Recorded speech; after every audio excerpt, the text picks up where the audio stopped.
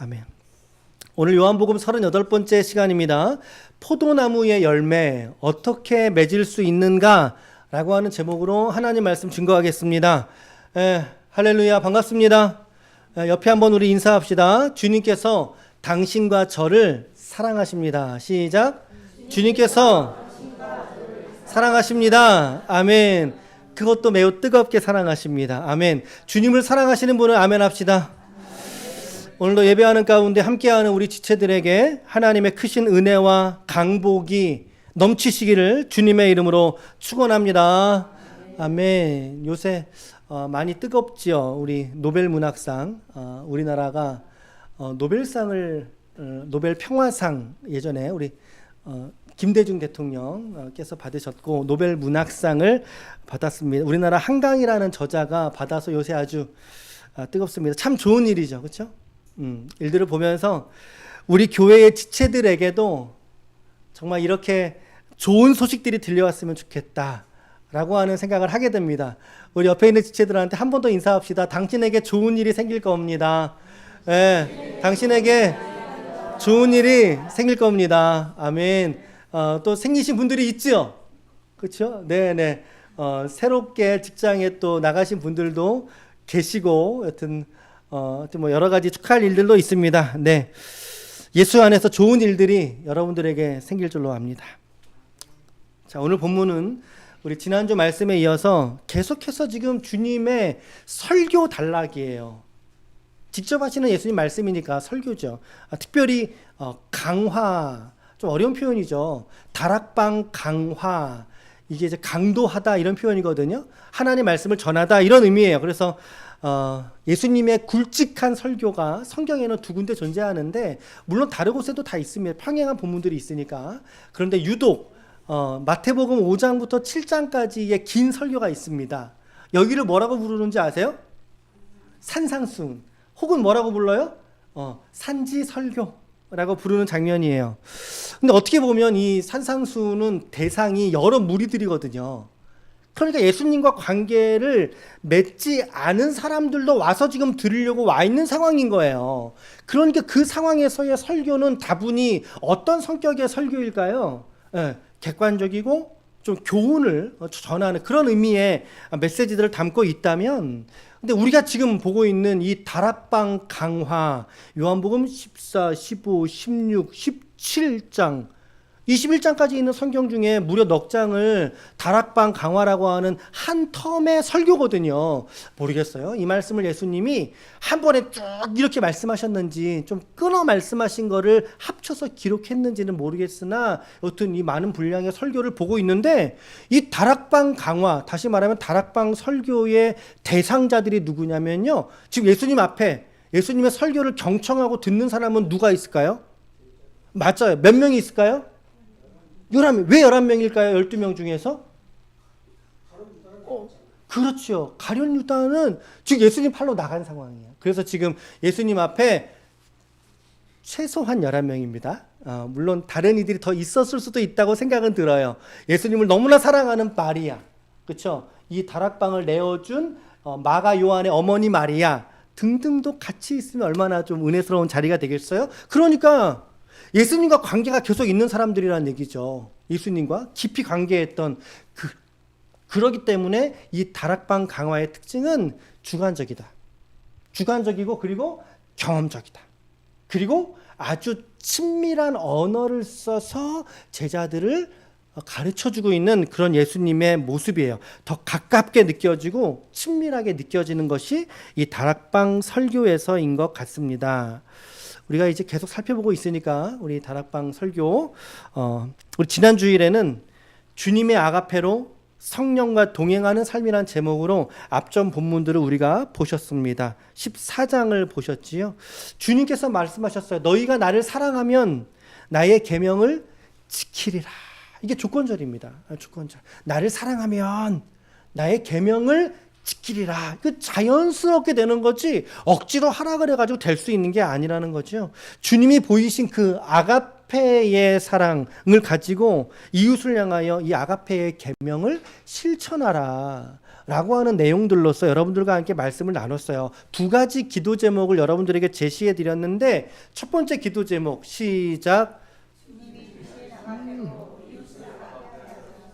네, 주님이 주신 아가페로 이웃을 아가페하게 하소서. 두 번째 기도는요, 시작. 성령의 임재와 충만으로 오늘의 삶을 능력 있게 담대하게 살아가게 하소서. 어떻게 여러분들은 이 기도들을 가지고 좀 한 주간 기도하셨습니까, 여러분? 제가 일일이 여러분들에게 전화해서 기도했어요, 안 했어요? 라고 물을 수는 없는 노릇이고, 그렇죠? 지난 주간에 아주 젊은 분의 저하고 나이 차이가 얼마 나지 않는 분의 부고 소식을 들었습니다. 55세 정도 되셨으니까 갑작스럽게 이제 차 안에서 쉬시다가 심장 마비로 하나님의 부르심을 받은 지체가 있어요. 그 소식을 듣고 조문을 다녀오면서, 야, 정말 우리 인생이라고 하는 게 정말 하나님의 손 안에 있고 그 뜻을 우리는 정말 잘 모르는구나. 이것이 우리의 인생의 대답이구나 라고 하는 것을 보게 됩니다. 그러면서 야, 정말 기도하면서, 성경에 쉬지 말고 기도하라 하지 않으셨습니까? 정말 기도하면서 사는 인생이 되어야 되겠다. 준비된 죽음을 맞이하는 것도 힘들지만 그렇게 갑작스러운 죽음 앞에 서 있는 유가족들은 얼마나 힘들까라고 하는 생각을 좀 해봤습니다. 그런데 이제 조문을 다녀오면서 그 부인과 대화를 나누면서 부인께서 이런 말씀을 하시는 거예요. 목사님, 참 남편이 먼저 소천하셨으니까 미망인이 되신 거잖아요. 얼마나 그 마음이 괴롭고 힘드시겠어요. 남편을 하나님 먼저 부르셨지만, 그런데 목사님, 이 시간을 통해서 그동안 알아왔던 복음이라고 하는 것이, 그동안 내가 고백해왔던 그 복음이라고 하는 것이 이 시간 점점 더 저에게 선명해져 가고 있습니다. 점점 더 그 복음이 얼마나 실제인지를 제가 실감하고 있습니다. 라고 해서 복음이 선명해지고 있다고 말씀을 하시는 거예요. 그 말씀을 제가 딱 듣고 한 시간여 시간을 나누면서, 집사님, 제가 딱 한 가지만 제가 말씀드릴게요. 집사님의 그 고백이 결코 멈추지 않기를 바랍니다. 라고 권면하고 이제 돌아왔어요. 얼마나 큰 도전이 되었는지 몰라요. 그분이 기도하시는 분이시거든요. 그래, 맞아. 기도하는 분이세요. 기도하는 남편이고 기도하는 아내의 삶이었다는 것을 간증하고 또 제가 그러한 삶으로 보고 듣고 했던 분이십니다. 오늘 여러분들에게 이렇듯 다시 한번 여러분들에게 한 주간 정말 여러분들은 기도하시는 삶을 살았는가, 여러분들의 기도는 어떠셨는가를 여러분들이 반드시 돌아볼 수 있기를 바랍니다. 나의 기도는 건강한 기도인가, 건강한 신앙생활 속에 건강한 기도를 내가 하나님 앞에 드리고 있는가 반드시 살펴보셔야 돼요. 여러분들의 기도의 소위를, 나의 믿음과 신앙이 말로서만 있는 것이 아니라 정말 삶의 구체적인 자리, 모든 삶의 일상의 자리에서도 하나님을 인지하고 인식하며 하나님 앞에 기도하고 있는가, 그 기도의 최소치, 여러분, 기도의 최소치로 여러분들에게 우리가 함께 기도하자고 여러분들에게 기도 제목을 드리고 있는 거잖아요. 요새는 그래서 우리 주일 설교 때 계속 이게 기도 제목 형식으로 여러분들에게 정리를 해드리는 것 같아요. 여러분, 우리가 함께 기도에 동참하지 않으시면 여러분 믿음이 성장하지 않습니다. 믿음이 성장하지 않아요. 우리의 삶의 일들을 우리가 너무나 자신하지 말고 겸손하게 하나님 앞에 우리의 하루와 우리의 한 주간의 삶을 믿음으로 드리면서 기도하는 인생이 되시기를 주님의 이름으로 축원합니다. 기도하는 삶이 되시기를 축복합니다. 아멘, 아멘. 이후로 오늘 말씀, 15장을 말씀을 폈는데 이 본문 상당히 유명한 얘기죠. 다락방 강화는 요한복음의 독자적인 기록이에요. 다른 공간복음에는 없어요. 여기에만 기록되어 있는 본문인데 정말 유명한 본문이에요. 이 넉 장의 고별 설교 본문 중에 이 고별 설교 중에 클라이막스는 17장이에요. 우리가 아직 17장을 안 갔지만 17장은 대제사장으로서 제자들을 향한 중보기도를 하고 계시는 예수님의 기도문이 있는 장면이에요. 정말 이렇게 감화가 되는 그런 본문의 장면인데, 오늘 본문에서 우리는 우리 신앙생활의 궁극적인 목적이 뭔가, 궁극적으로 도달해야 될 지점이 어디인가라고 하는 것을 말씀해주고 있는 게 오늘 본문의 이야기거든요. 조금 살펴보면서 설교를 진행하겠습니다. 자, 1절 말씀을 같이 함께 읽어봅시다. 1절 시작.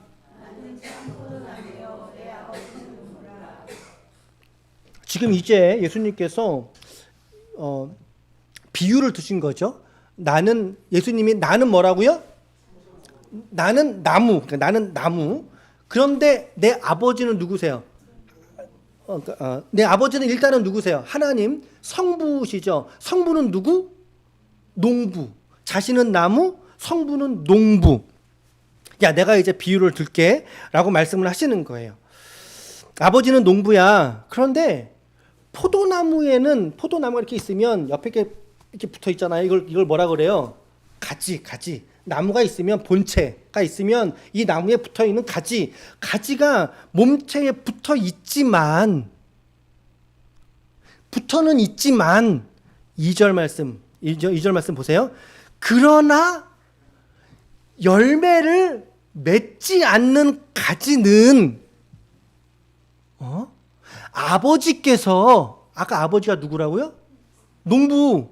그러니까 농부가 열매 맺지 않는 그 가지는 어떻게 한다고요? 어떻게 해버린다고요? 그래요. 제거해버린다는 거예요. 뭐 농사를 지으시거나 이렇게 뭐 열매 맺는 품종을 기르시는 분들은 아시겠지만, 열매를 맺지 않는 가지를 이거를 자르는 걸 뭐라고 해요? 가지치기라고 하거든요. 가지치기 해야지 다른 가지에 더 풍성하게 열매가 맺히는 원리를 여러분들 알고 계셔요? 왜 가지치기를 하냐면 다른 가지로 하여금 더 많은 열매를 맺게 하기 위해서 아예 열매 맺지 못하는 가지는 쳐버리겠다라고 말씀하시는 거죠. 여러분, 이 말씀을 잘 보면요, 얼마나 무서운 말씀인지 몰라요. 이 말씀을 잘 보세요. 나무는 주님이시고 가지라고 말하는 건 그러면 누구를 말할까요? 가지는 뭘까요? 가지는 성도, 우리라고도 표현할 것도 없어요. 사실은 누구죠? 가지는 나예요. 가지는 나라고요. 나. 그 가지가 나무에 붙어 있어요. 그런데 열매를 맺지 않아요. 그 나무가 도무지 열매 맺을 생각을 안 해요. 어떻게 돼요? 성부 하나님께서 잘라버린다, 없애버리신다. 와, 심판해버리시는 거죠. 하나님이 심판하신다, 잘라버린다. 얼마나 섬뜩한 말씀인지, 우리 이 말씀 너무나 아름다운 농경사회의 비유로서만 우리가 들어왔던 이 말씀이에요. 얼마나 귀한 말씀이에요. 그렇게 들어왔던 이 말씀이 정작 전제를 보면 상당히 무서운 말씀으로 우리에게 지금 성경이 말씀을 걸어오고 있다는 거죠. 이 말씀은 여적지 내가 예수를 믿는 자로서 교회 공동체 안에 내가 붙어 있고, 심지어 직분도 맡아서 붙어 있고, 여러 가지 섬기는 일로 교회에 붙어 있을지라도 주님이 원하시는 건 뭡니까? 원하시는 건 그 가지에 열매가 맺혀지느냐라고 하는 열매를 주님은 보신다라는 거죠. 이게 농부의 마음이에요. 하나님의 마음이시고, 이게 나무가지에 붙어있는 열매의 당연한 마음이지 않겠어요? 가지가 맺어야 될 열매는 어떤 열매를 맺어야 될까요? 포도나무니까 당연히 포도 열매를 맺어야지 되는 거겠죠. 포도를 맺어야죠. 다시 말하면 그 나무의 속성을 따라서 합당한 열매를 맺어야 한다라고 하는 것입니다. 그럼 우리는 이쯤에서, 그러면 우리가 믿는 그리스도인으로서 우리가 맺어야 될 열매는 무엇인가요, 하나님? 이라고 우리가 좀 물을 필요가 있겠죠. 이 물음에 성경은 이렇게 대답을 합니다. 우리가 맺어야 될 열매는 과연 그러면 무엇입니까? 갈라디아서 5장 22절과 23절은 이렇게 말하고 있어요. 시작. 오직 성령의 열매는 사랑과 희락과 화평과 오래 참음과 자비와 양선과 충성과 온유와 절제니, 이 같은 것을 금지할 법이 없느니라. 아라. 그러니까 우리 성도들이 맺어야 될 열매는 무엇을 말하고 있습니까? 성경에서 성령의 열매를 맺어야 되는구나. 열매를 맺는군요. 하나님은 이 열매를 우리에게 구하고 있다는 거죠. 이 말씀을 우리는 성령의 9가지 열매라고 하는 단락으로 우리가 암송하고 있는 그런 구절일 거예요. 그런데 말씀을 잘 보세요. 이 열매가 누구의 열매라고 하고 있나요? 그래요. 그 지점을 여러분들 우리가 놓치면 안 되는 거예요. 성령의 열매예요.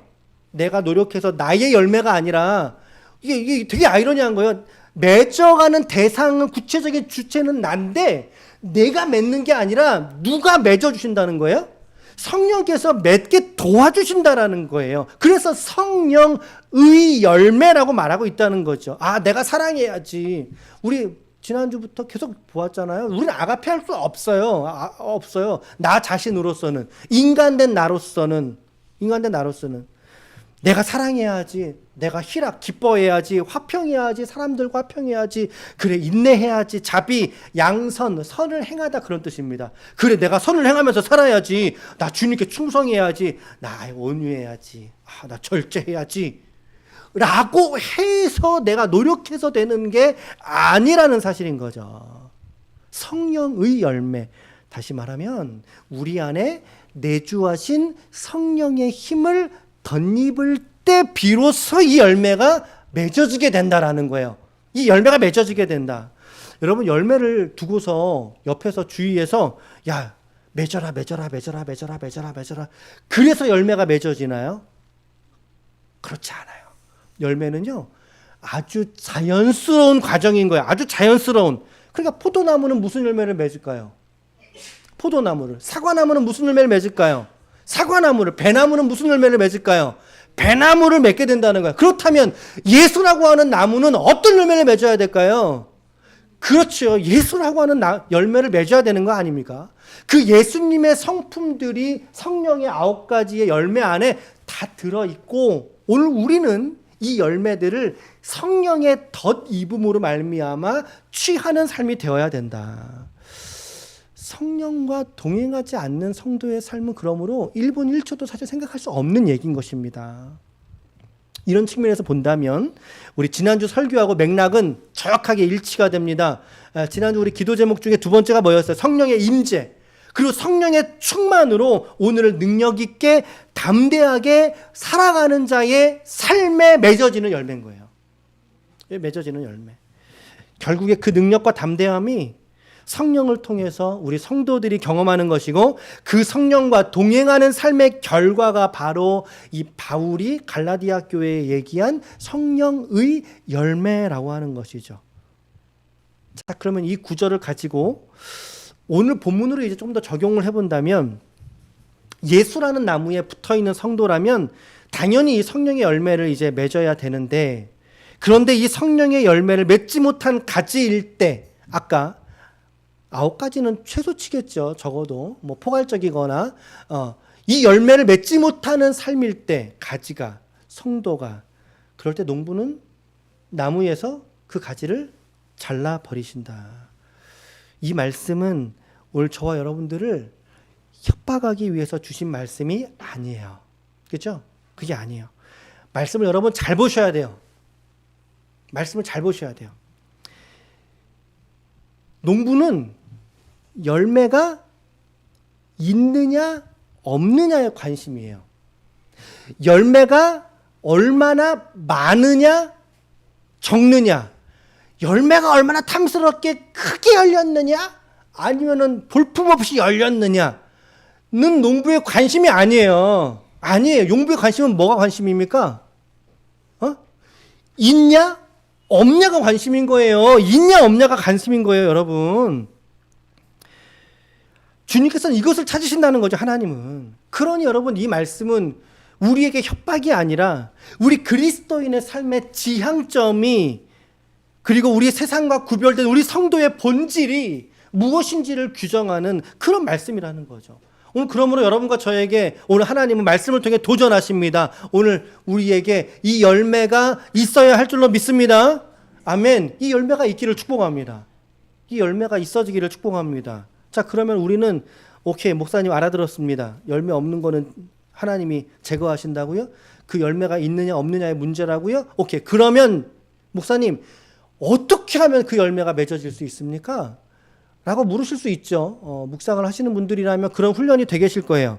당연히 뒤따라오는 질문이겠죠. 저는 오늘 두 가지로 어떻게 하면 주님이 찾으시는 이 포도나무의 열매를 우리가 맺을 수 있는가, 여러분들에게 이제 제시해드리고 싶어요. 첫 번째는 뭐냐면, 첫 번째는 시작.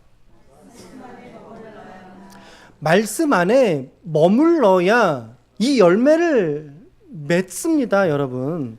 4절부터 7절을 읽겠습니다.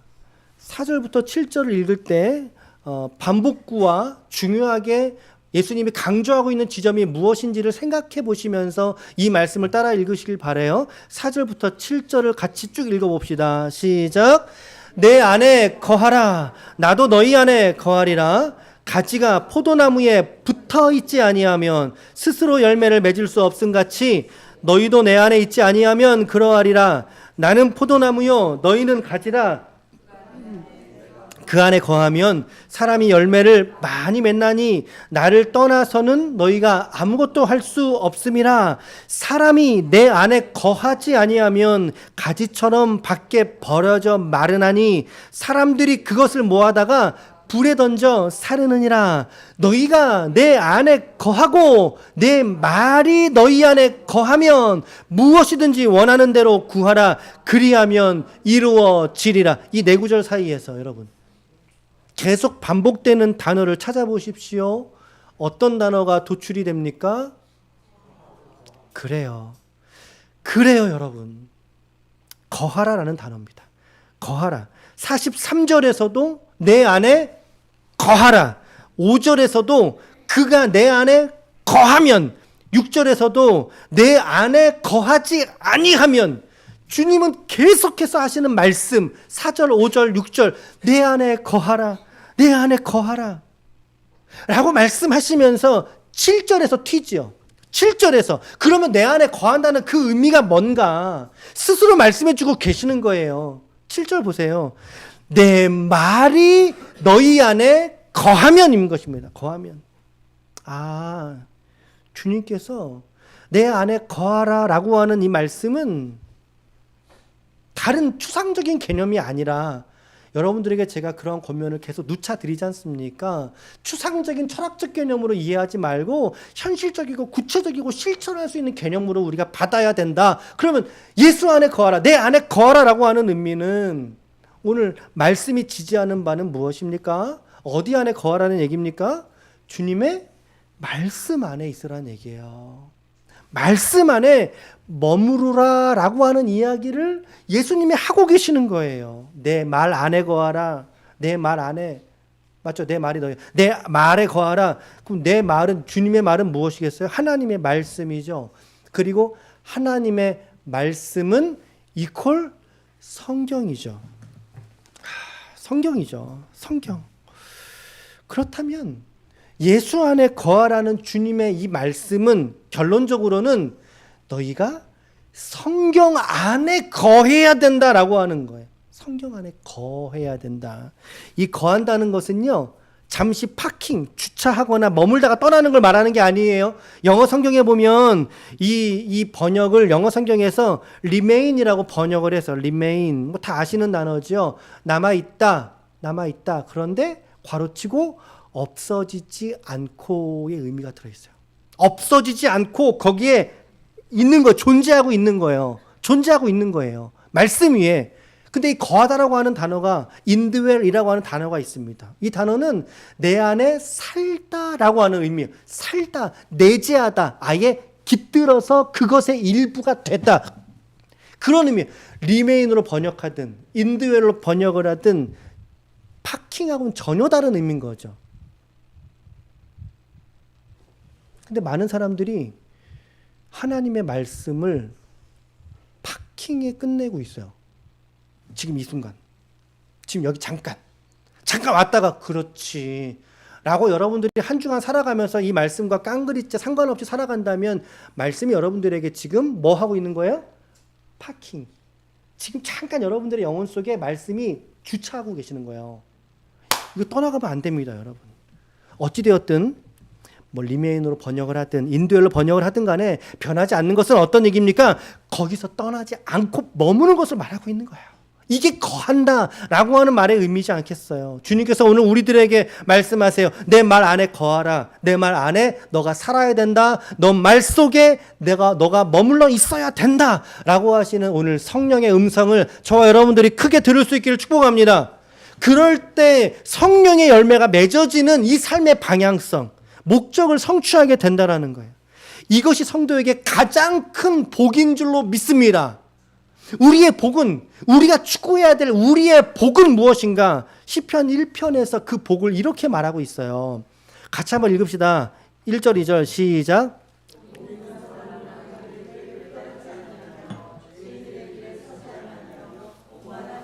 자리에 앉지 아니하고 오직 그 율법을 주야로. 자, 우리가 주구장창 외우는 말씀이죠. 이 말씀 모르는 분 안 계실 거예요. 그런데 이 말씀 잘 관찰해 보세요. 문법적으로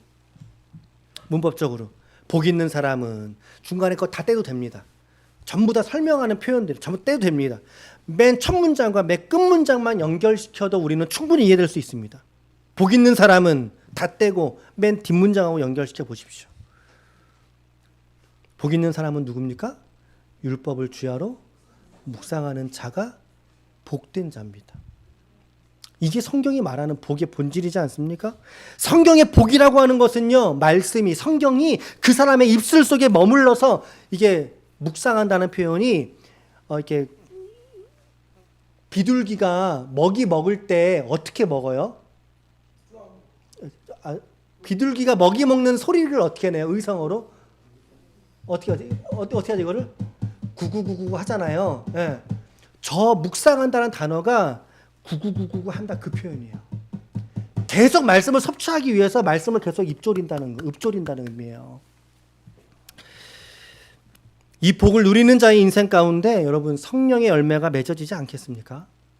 저는 여러분들에게 지금 억지 투정을 부리고 있는 게 아니에요. 믿으십시오라고 말하는 게 아니에요. 여러분들의 지성 안에 여러분들을 성경을 하나하나 소개해드리면서 여러분들 지성 안으로 설득해 가고 있는 그런 설교자의 심정이 느껴지지 않으신가요?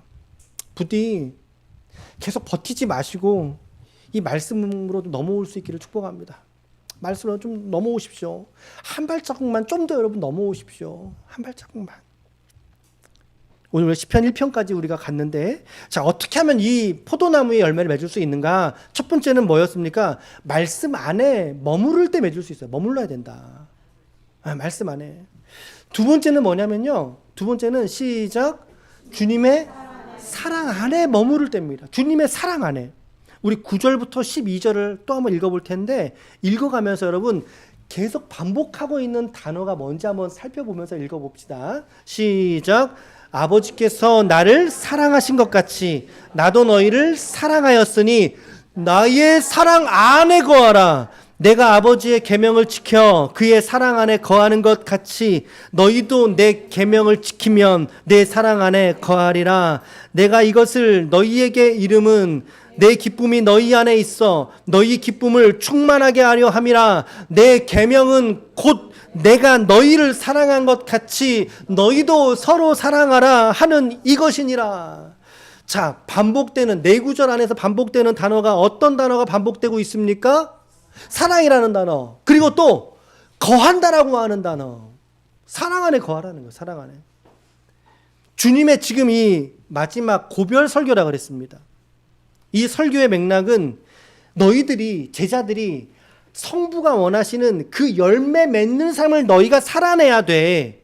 이건데 그 열매를 맺기 위해서 너희들이 반드시 머물러야 되는 자리가 어떤 자리냐? 바로 주님이 순종하신 십자가의 그 사랑의 자리에 그들로 머무르라고 말씀하고 있는 거예요.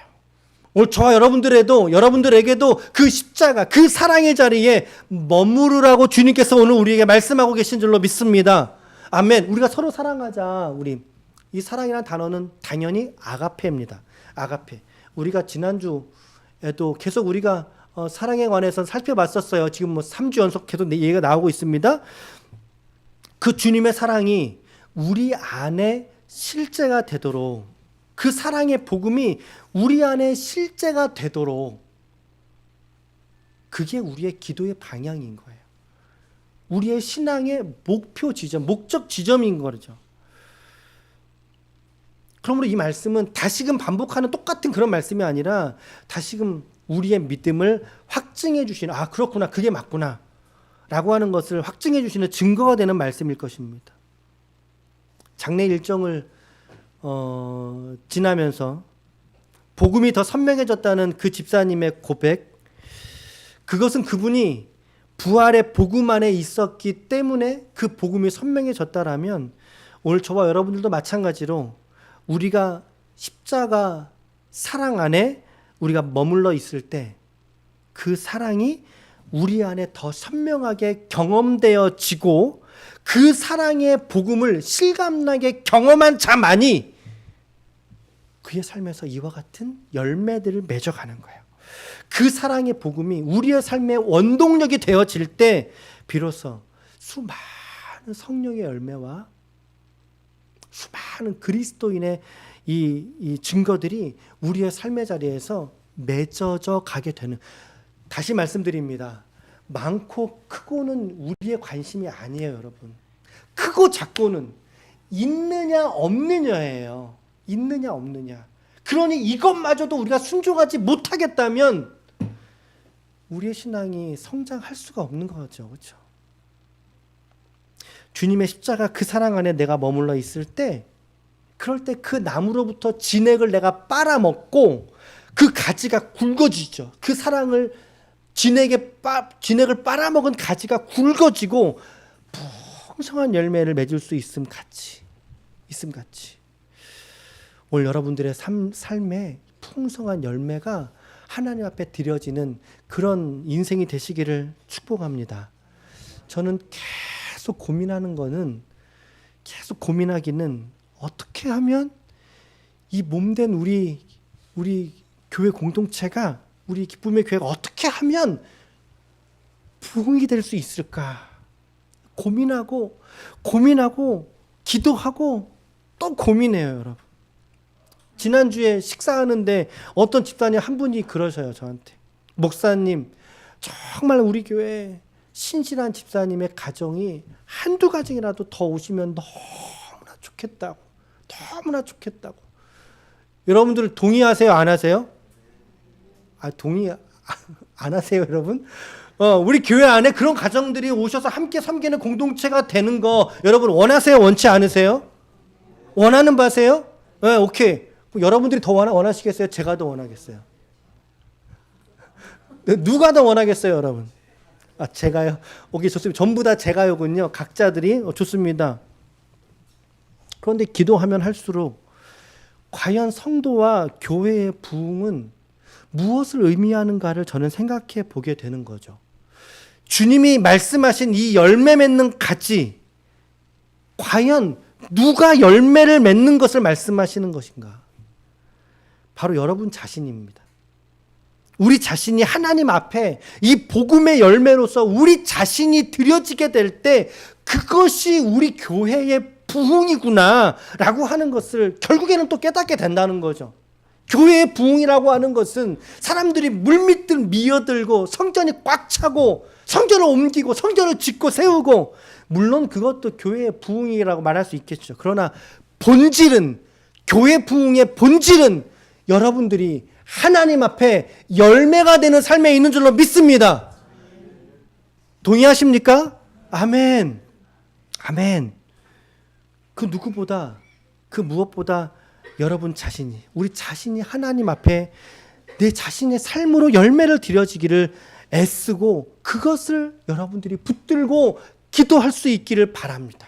그 열매가 내 안에서 커져갈 때 비로소 아름다운 교회의 부흥, 영적인 부흥, 양적인 부흥의 역사가 오늘 교회들 위해, 우리 교회만이 아니라 이런 성경의 원리로 섬기는 모든 교회들 위해 하나님께서 부흥을 주실 줄로 믿습니다. 오늘 우리가 이 영적 부흥을, 내 삶이 하나님 앞에 열매가 되는 이 영적 부흥을 함께 꿈꾸고 함께 소망하고 하나님께 기도로 나아갈 수 있기를 우리 모두가 되시길 바랍니다. 아멘, 아멘. 우리 자신들이 먼저 하나님께 드려지는 인생이 되기를 여러분 기도하십시오. 그래서 주님의 그 사랑이 우리 안에 실제가 되어 내가 실감하고 그 사랑이 발현되어지는 삶이 될 때 내가 열매고 더불어서 그 열매들이 하나님께서 교회 공동체로 세우시고 붙들어 주실 줄로 믿습니다. 열매를 풍성하게 맺어가는 여러분들의 삶과 우리 교회가 될 줄로 믿습니다. 전 여러분들에게 할 얘기를 지금 다 했습니다. 어떻게 하면 포도 가지의 열매를 맺을 수 있는가? 여러분들 두 가지 말씀드렸어요. 그럼 우리는 이제 이번 주간 여러분들 기도하셔야 돼요. 기도의 최소치라는 말씀을 다시 한번 말씀드립니다. 두 가지를 제안을 해드리겠습니다. 첫 번째는요, 이 기도입니다. 시작. 제 속에 말씀이 머무르게 하시고 말씀의 부흥이 있게 하옵소서. 아멘. 여러분들 마음 안에 하나님의 말씀의 부흥이 일어날 수 있기를 축복합니다. 두 번째는요, 시작. 제 삶에 그리스도의 사랑을 실감하게 하시고 그 사랑 안에서 제가 열매가 되는 삶이 되게 하소서 라고 이번 주간 여러분 기도하십시오. 기도하십시오. 나무의 열매를 어떻게 맺을 수 있는가? 첫 번째, 말씀 안에 머물러야 된다. 두 번째, 그리스도의 사랑 안에 머물러야 된다. 그리고 오늘 이 기도들을 잊지 마시고 잊어버리지 마시고 할 수 있거든. 여러분 새벽에 나오십시오. 좀 새벽에 나오십시오. 못 나오시면 그 말씀을 좀 청취하시고 들으십시오. 금요 기도에도 나오십시오. 나와서 함께 기도합시다. 함께 기도합시다. 이런 신앙의 열심을 갖는 것은 고귀한 결단이고 내가 열매를 맺어가는 첫 단계라고 저는 생각을 합니다. 이 부르심 앞에 우리가 다시 한번 순종하면서 우리 나아갔으면 좋겠어요. 이러한 방법 외에는 우리가 열매 맺을 수 있는 방법이 없다는 것을 잊지 마십시오. 아무쪼록 이번 한 주간도 여러분 주신 말씀 우리 각자에게 또 다른 음성으로 들리신 분들도 계실 텐데 이 말씀을 붙들고 기도하심으로 말미암아 여러분들의 일상의 삶에서 믿음으로 승리하시는 하나님의 거룩한 종들이 다 되시기를 예수님의 이름으로 간절히 축원합니다. 아멘. 축원합니다.